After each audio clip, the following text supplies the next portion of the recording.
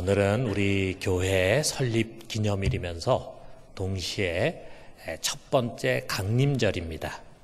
우리 강림절이라는 것은 또 우리 기다릴 대자에서 대림절이라고도 하는데, 주님께서 처음 오신 성탄절을 기다리면서 동시에 이제 다시 오실 주님을 기다리는 절기입니다. 우리는 진정 다시 오실 주님을 기다리는 교회가 되기를 원합니다. 그런 교회가 어떤 모습이야 되는가라고 하는 것을 오늘 이 말씀을 가지고 우리가 좀 상고해 봤으면 좋겠어요. 자, 오늘 예배 중에 우리 중고등부 학생들이 참여했는데, 오늘 설교를 잘 이해하려면은 먼저 이런 스토리를 한번 여러분 머릿속으로 그리면은 좋을 것 같아요. 자, 우리 부모님이 서울에서 열리는 결혼식에 참석하기 위해서 서울에 갔다가 이제 기왕 간 김에 가족들 또 친척들 좀 돌아본다고 며칠 머물러 있다 오겠다 그렇게 했어요. 그래서 이제 떠나시면서 엄마가 이제 고등학생 아들에게 부탁합니다. 우리가 사흘 뒤에 올 테니까 그동안 동생들 식사 좀 잘 챙겨주고, 그리고 강아지 밥도 주고, 그리고 집 좀 잘 지키자. 엄마 아빠 없다고 해가지고 제멋대로 하지 말고 공부도 좀 열심히 하고, 그렇게 부탁을 하니까 이 아들이 알았어요, 엄마. 여기 걱정하지 말고 편안하게 갔다 오세요. 아주 꽤 어른스럽게 대답을 했지만 부모가 떠나자 말자 이 아들은 완전 제 세상을 만났어요. 그래가지고 늦게 자고 늦게 일어나고, 그 다음에 친구 불러다가 먹고 마시고 게임하고 놀고 막 온 집안을 난장판으로 만들어 놓습니다. 그리고 동생들과 강아지는 신경도 안 써.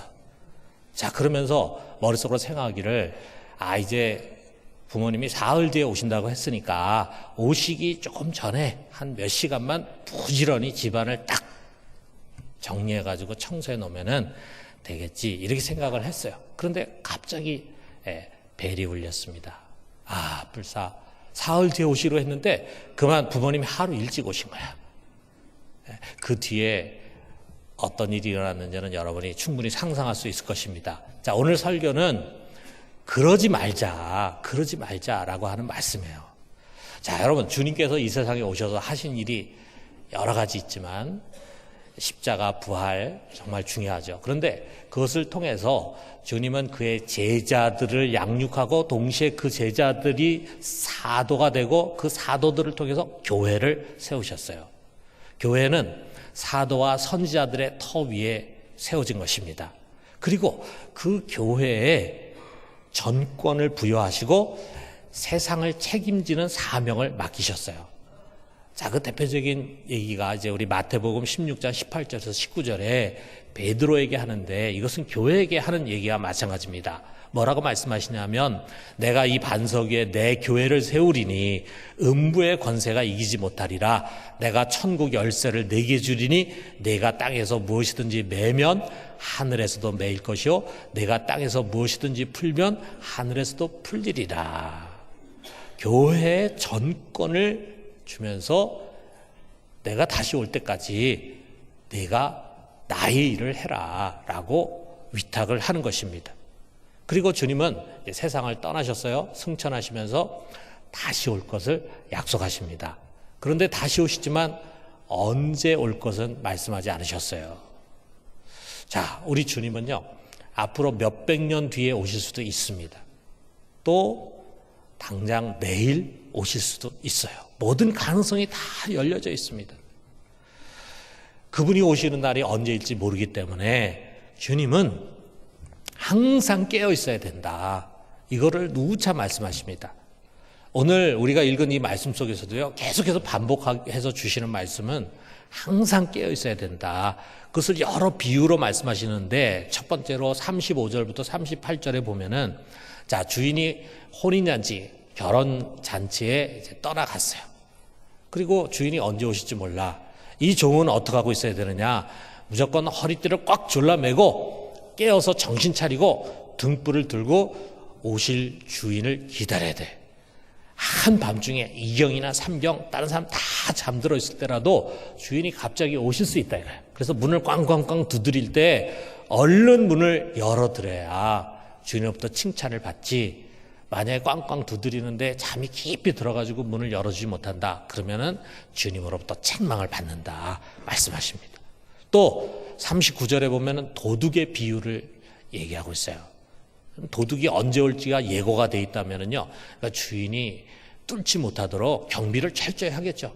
그런데 도둑이라는 것은 예고 없이 몰래 오게 돼 있습니다.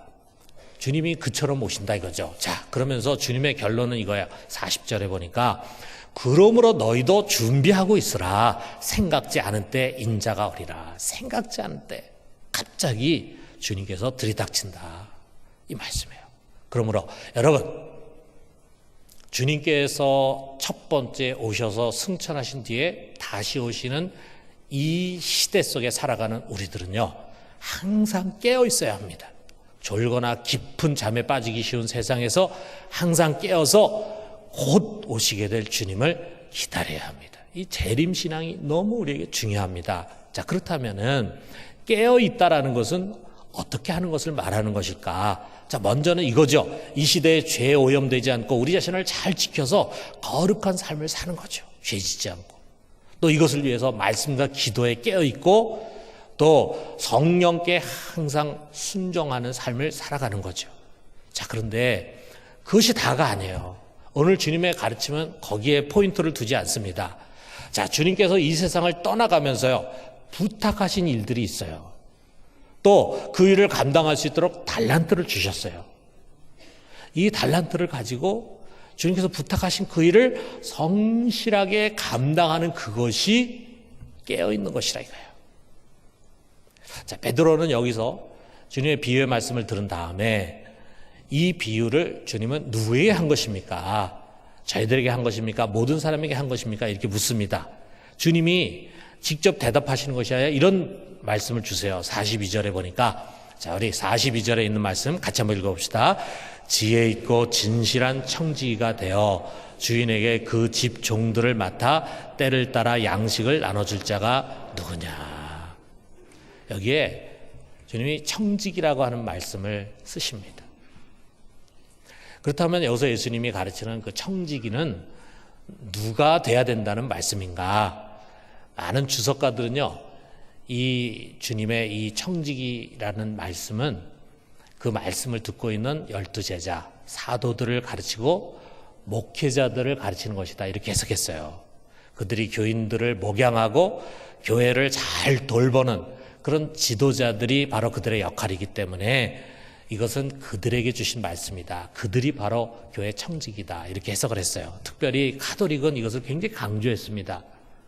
그러나 어떻게 보면요, 그것은 너무 좁은 해석이에요.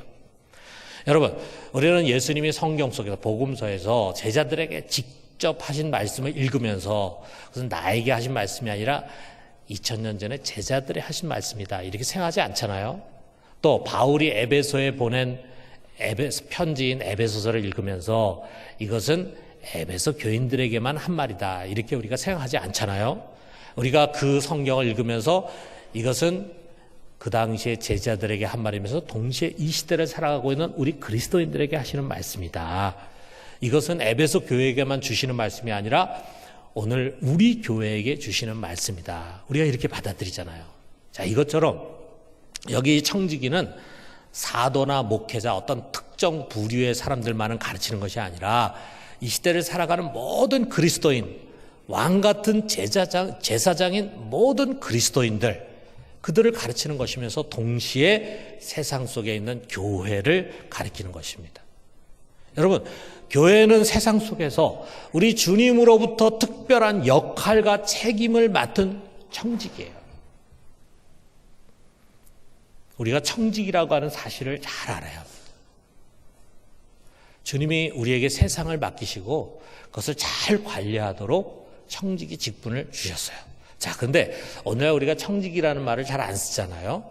자, 이 청지기를 잘 이해하려면은 우리 구약 창세기에 등장하는 요셉을 여러분 생각하시면 됩니다. 자, 요셉이 형들에게 팔려서 애굽에 종으로 갔는데 누구네 집에 갔냐면 바로 왕의 시위 대장이었던 보디발이라고 하는 사람의 종으로 들어갔어요. 자, 그 속에서 처음에는 허드렛 일을 하고 그랬겠죠. 그런데 점점 시간이 지나면서 주인 보디발이 사람을 알아보는 거야. 이 요셉이 보통 사람이 아니야. 정말 믿을 만한 사람이야. 그래서 이 요셉을 신뢰하고 마침내 그를 청지기에 임명을 합니다. 자, 창세기 39장 6절에 이렇게 나와 있어요. 주인이 그의 소유를 다 요셉의 손에 위탁하고 자기가 먹는 음식 외에는 간섭하지 아니했더라. 이게 바로 청지기라 이거죠. 자, 청지기라는 것은 뭐냐면요, 여기 지금 보디발이 요셉에게 한 것처럼 주인이 자신의 소유를 다 맡기고 전권을 주어서 자기 집을 관리하게 하는 사람이에요. 보디발이 요셉에게 이처럼 전권을 주고 자기가 먹는 음식 외에는 일절 간섭하지 않아 요셉이 보디발을 대신해서 그의 집을 다 관리했습니다. 여러분, 요셉이 청지기로서 그 당시에 어떤 일을 했을까? 지금과는 좀 다르겠죠. 우리가 좀 상상을 해보면은 그 당시에는 요셉처럼 종으로 팔려오는 사람을 사야 되잖아요. 그런데 아무나 종으로 사는 게 아니라 정말 일을 잘할 만한 사람, 쓸만한 사람을 잘 선별하고, 그래서 종으로 사들이고, 그리고 그들을 적시적소에 배치하고, 그리고 일을 잘할 수 있도록 이렇게 사람을 관리하는 그것이 그에게 주어진 아주 중요한 일이었겠죠. 또 그 보디발의 집에 종을 비롯해서 식솔들이 얼마나 많았겠어요. 그들이 먹을 음식, 또 집안에 소요되는 여러 가지 물건들을 사들이고 그것을 배분하는 일도 그가 했을 거라 이거예요. 또 집을 고치고 리모델링 하기도 하고, 때로는 어떤 건물을 하나 건축하기도 하고, 때로는 정원을 가꾸고 보살피는 일도 했을 것입니다. 집안의 모든 재정은 보디발이 그에게 다 맡겼어요. 그래서 그의 손을 통해서 들어가고 나가고, 때로는 그것이 이제 모아지고, 그래서 그 주인의 재산이 점점 증식되고 하는 그 일을 요셉이 했을 거라 이거예요. 그는 아침부터 저녁까지 마치 자기 집을 돌보는 것처럼 이 주인 보디발의 집안 전체를 돌아보았을 것입니다. 주인 보디발은 그에게 모든 것을 맡기고 일절 간섭하지 않았어요. 그렇지만 요셉이 자기 마음대로 그 집안을 돌본 게 아니에요. 주인 보디발의 뜻이 어떤 것인가라고 하는 것을 지혜롭게 잘 간파하는 사람이었어요. 요셉은 지혜 사람이잖아요. 그래서 우리 주인이 무엇을 원하시는가, 어떻게 하는 것이 우리 주인의 뜻에 합당한 것인가 하는 것을 잘 분별해. 그리고 그 뜻에 맞게 아주 신실하고 충성스럽게 책임감을 가지고 일을 하는 아주 신실한 청지기였다 이거예요. 여러분, 이것입니다.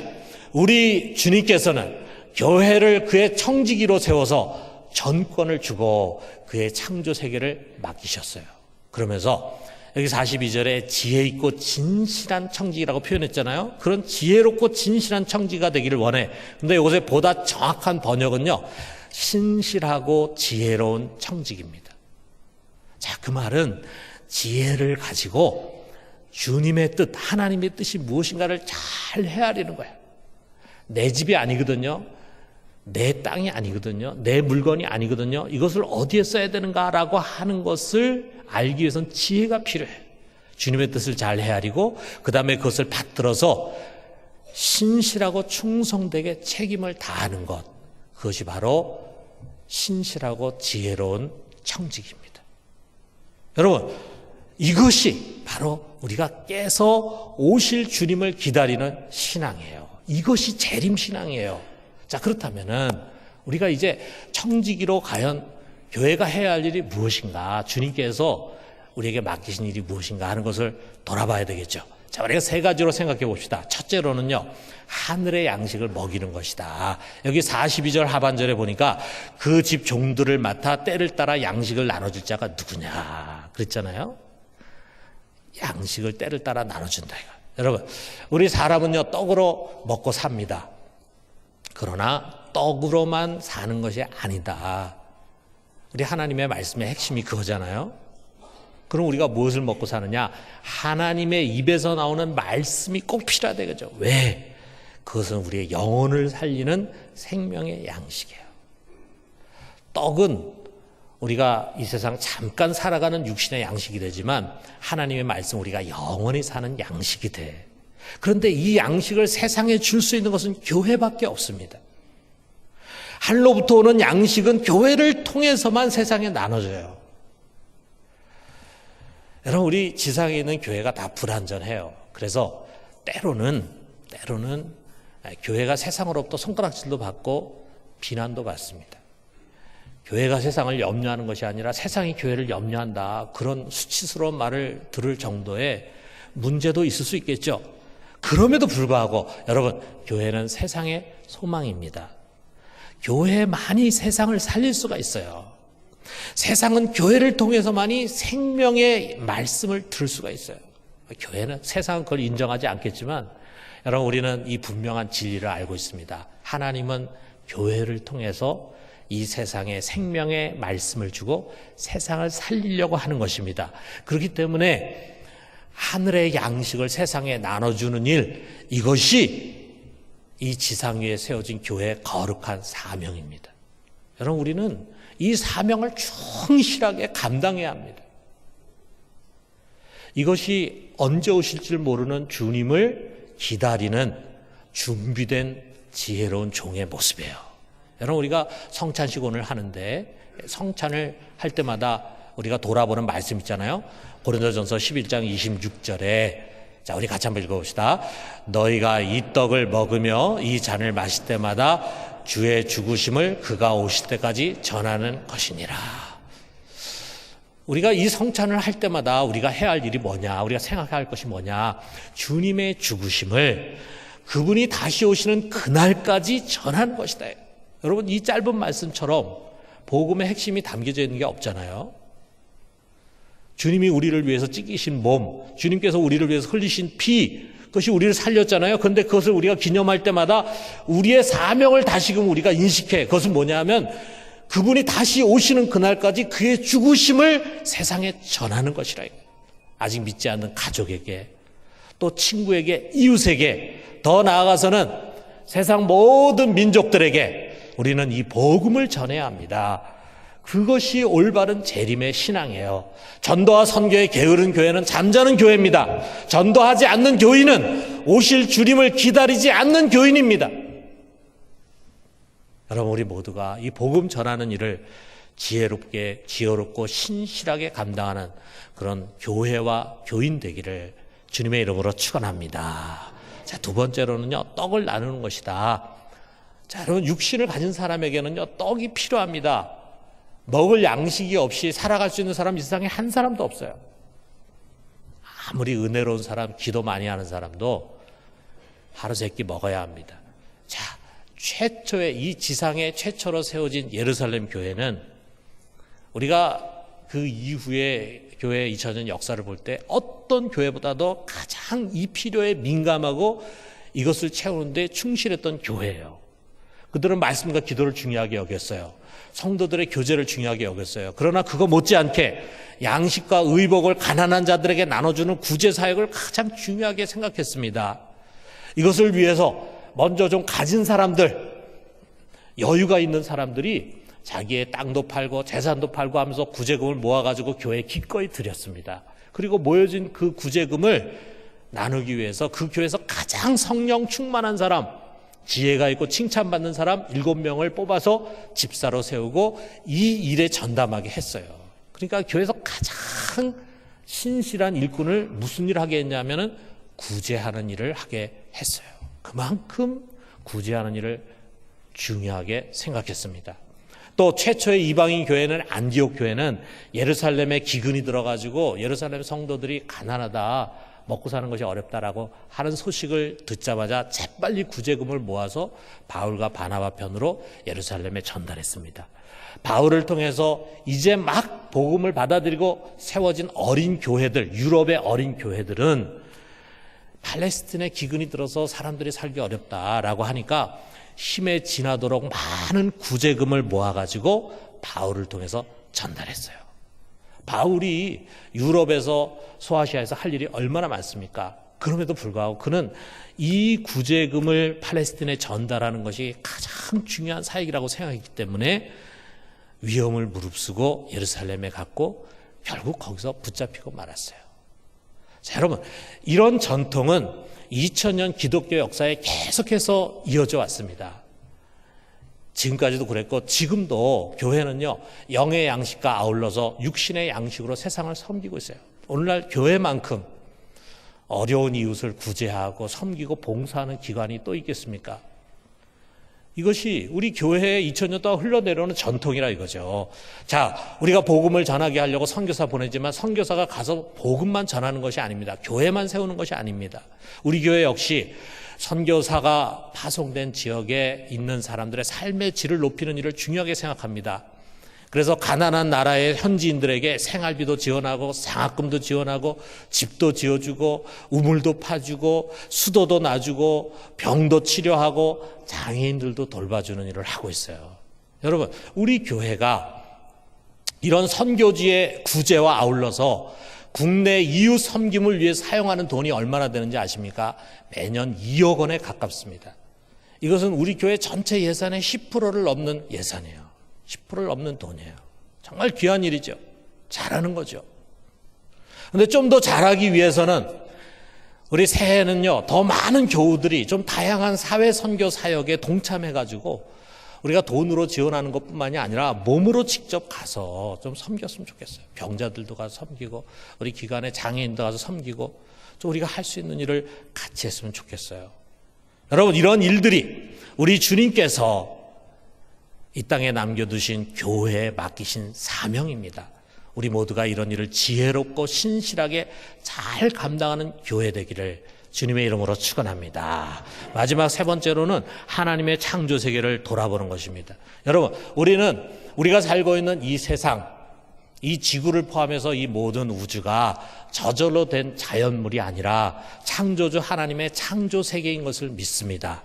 이것은 사도신경의 제일 첫 번째 나오는 신앙 고백이에요.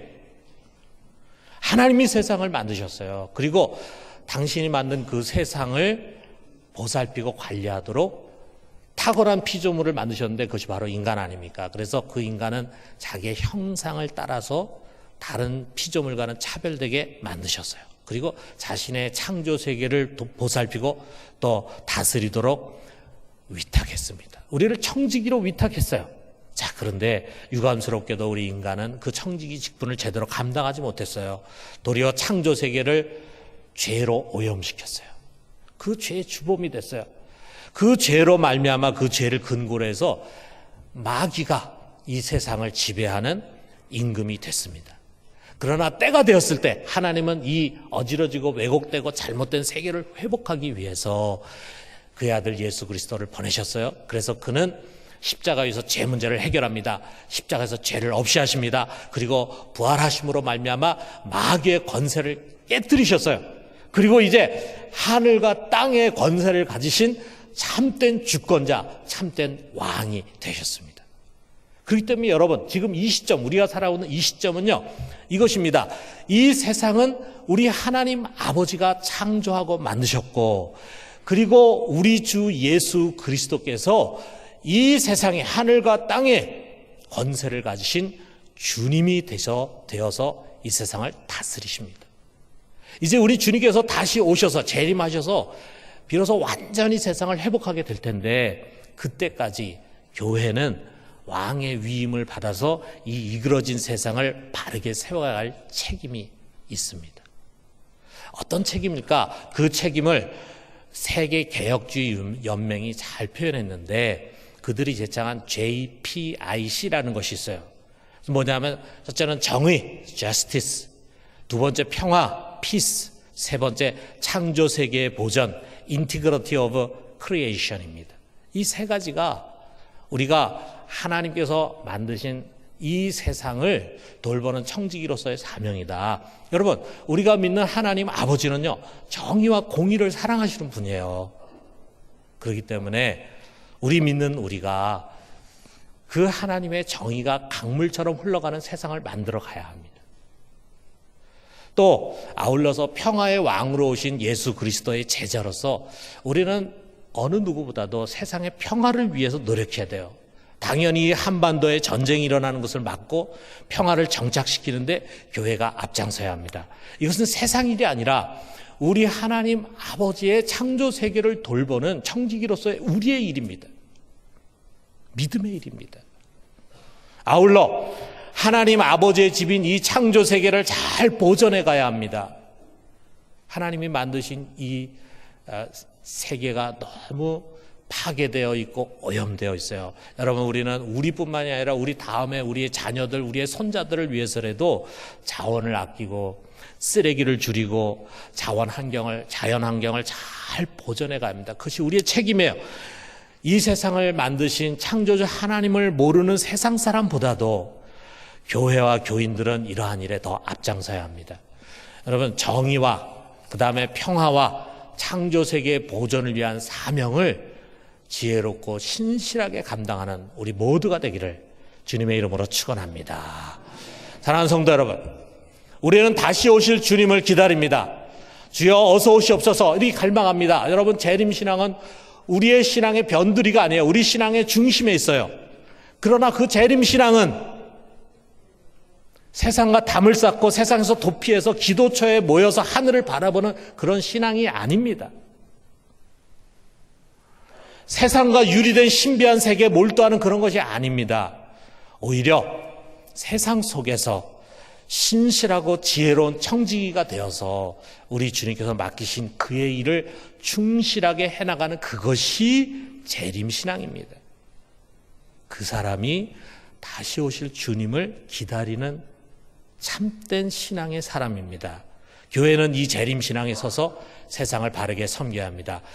우리 교회가 이 시대에 신실하고 지혜로운 청지가 돼서 늘 깨어서 다시 오실 주님을 기다리는 살아있는 교회, 건강한 교회가 되기를 주님의 이름으로 축원합니다.